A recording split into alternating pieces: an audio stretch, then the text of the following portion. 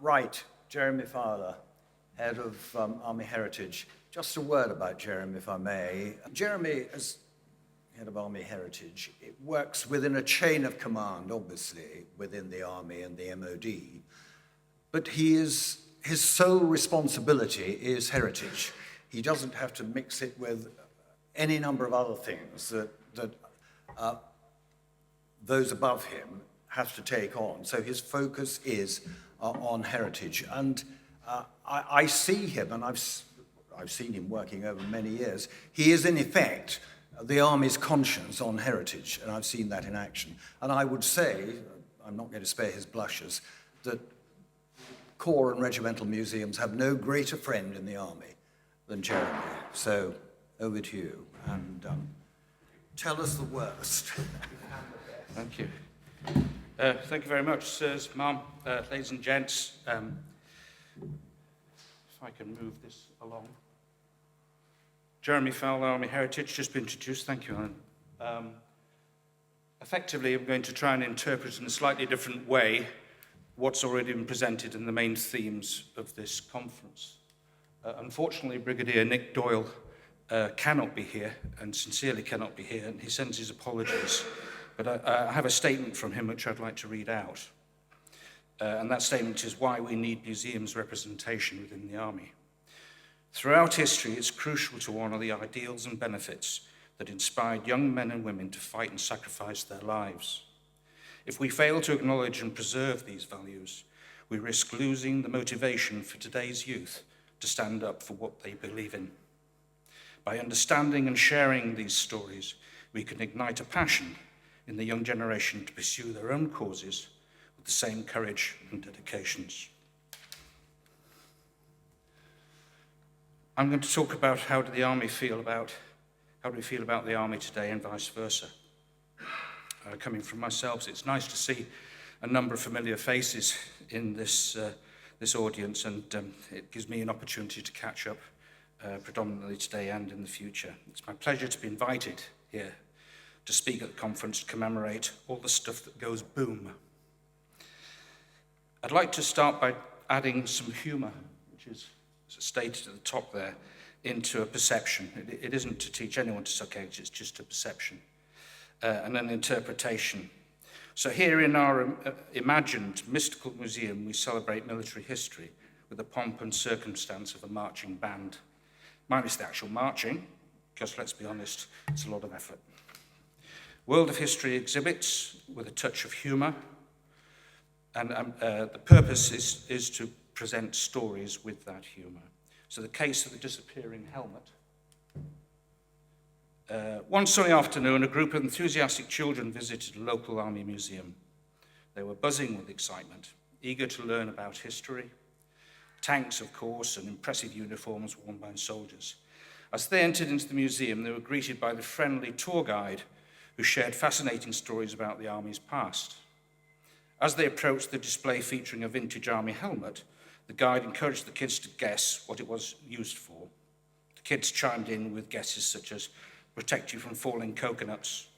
Maybe it's for playing dodgeball with grenades. Their laughter filled the room, and the guide couldn't help but chuckle at their creative responses. But then as the guide turned to grab the nearby artifact for the next part of the tour, one of the particularly mischievous children decided to take matters into his own hands and snuck up to the display, grabbed the helmet, and put it on his head. Look, he shouted, I'm a soldier now. He shouted and struck a striking pose. Suddenly the guide turned round, and sight of the child in the oversized helmet sent everyone into fits of laughter. The child, fully committed to his role by now, started marching around the display, yelling, left, right, left, right, left, right. It was a hilarious sight, and soon the entire group were laughing aloud. Realizing the opportunity for a fun session, the guide decided to play along.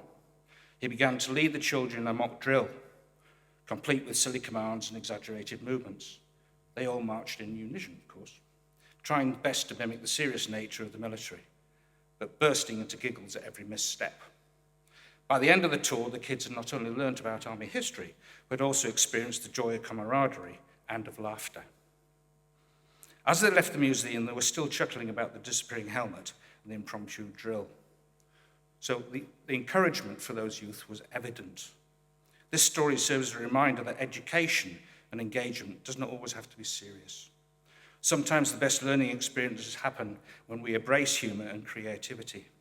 So whether visiting a museum, attending a lecture, or participating in a workshop, don't have to be afraid to let your personality shine through.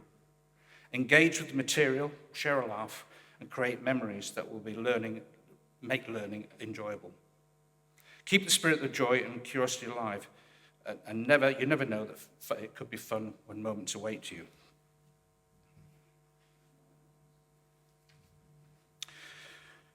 The Oops, It Wasn't Supposed to Happen exhibit, still within our mythical museum, and I do ask you your patience, bear with me, there is a point to mentioning all these things. Still within the mythical museum, this exhibit showcases the most epic blunders in military history, from generals who accidentally dropped their maps into the soup, to tanks getting stuck in mud because someone thought it would be a good idea to take a shortcut through a swamp. Yes, folks, it does happen, and that's why GPS was invented. The Army Treadmill of Doom exhibit. Ever wonder what it's like to be in a tank? Sure, well, we can experience that now. We strap into our simulated army treadmill, and you won't go anywhere, but you'll feel like you're in a moving process, whilst burning calories. Don't forget to shout bang to gain the full experience. The What We're Thinking exhibit collection that features some of the most bizarre military uniforms ever created. Feathered helmets, check. Camouflage that looks suspiciously like a disco ball, check. Double check, it's a fashion show that the model always under fire, literally. Weapons of mass destruction exhibit. Here you'll find weirdest military gadgets ever invented. The inflatable tank, because who wouldn't be fooled by a bouncy castle? To the screaming chicken used in psychological warfare. Sometimes the best weapon is a good laugh. Hall of Heroes and their pets. Every great hero is a sidekick, not just talking about the trusty steed. This exhibit showcases famous generals of yesteryear with their beloved pets. Spoiler alert, some of these pets may have a better strategic value than their humans. Battlefield buffet. Ever wanted to know what soldiers really ate? Welcome to the Battlefield buffet. Sample the finest rations from history through hardtack to the double on the doorstop of ration packs. The taste that, as they would have had it through time machine. Bon appetit, if you dare. The Time Travel Lounge. Step into our Time Travel Lounge, where you can experience what is likely to be the soldier in different eras. Just to be careful not to accidentally change history. We've had enough trouble with butterfly effect. Last time someone stepped on a bug, they ended up a disco in the Middle Ages. Discover how military history is not just for the serious business. So why not come down to a local national museum and discover how military history is more than just a serious business. It's also a treasure trove of hilarity. Examples of that would be what you're already doing. You're already doing the dressing up in period costume, the assembling of modern firearms, drills, and even now, more recently, the successful interactive shooting stands, which are actually bringing income generation to your museums. Let's explore the world of military history exhibits and national museums with a touch of humor, shall we? So, where does the current Army stand today? In promoting education and engagement programs which highlight the role of military in peacekeeping and conflict resolution is a vital and inspiring initiative. These programs serve as a beacon of hope, showcasing how military professionals can be the catalyst for positive change in the world.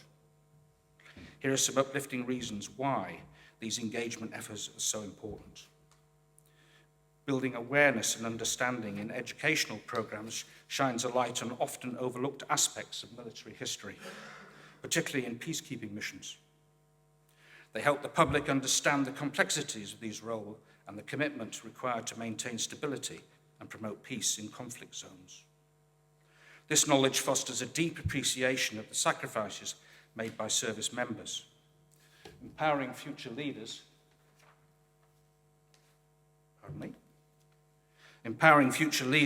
by educating young minds about the important role of military peacekeeping.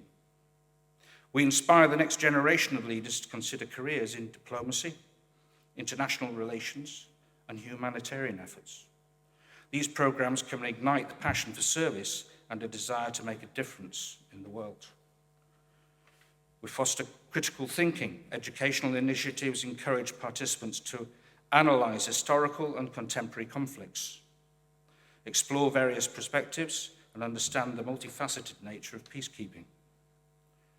This critical thinking helps cultivate informed citizens who can engage in meaningful discussions about global issues. Promoting collaboration, many peacekeeping efforts involve cooperation between military personnel and humanitarian organizations, governments, and local communities. Education programs emphasize the importance of teamwork and collaboration in achieving lasting peace, encouraging participants to work together for common goals. In highlighting successful stories, these programs can showcase inspired success stories of military personnel who have made significant contributions to peacekeeping and efforts around the world. By sharing these narratives, we not only honor their achievements, but also motivate others to engage in similar endeavors. Educating programs often in local communities, creating opportunities to dialogue between veterans, active duty service members, and civilians. This engagement helps bridge gaps and foster a culture of support and respect for those who serve.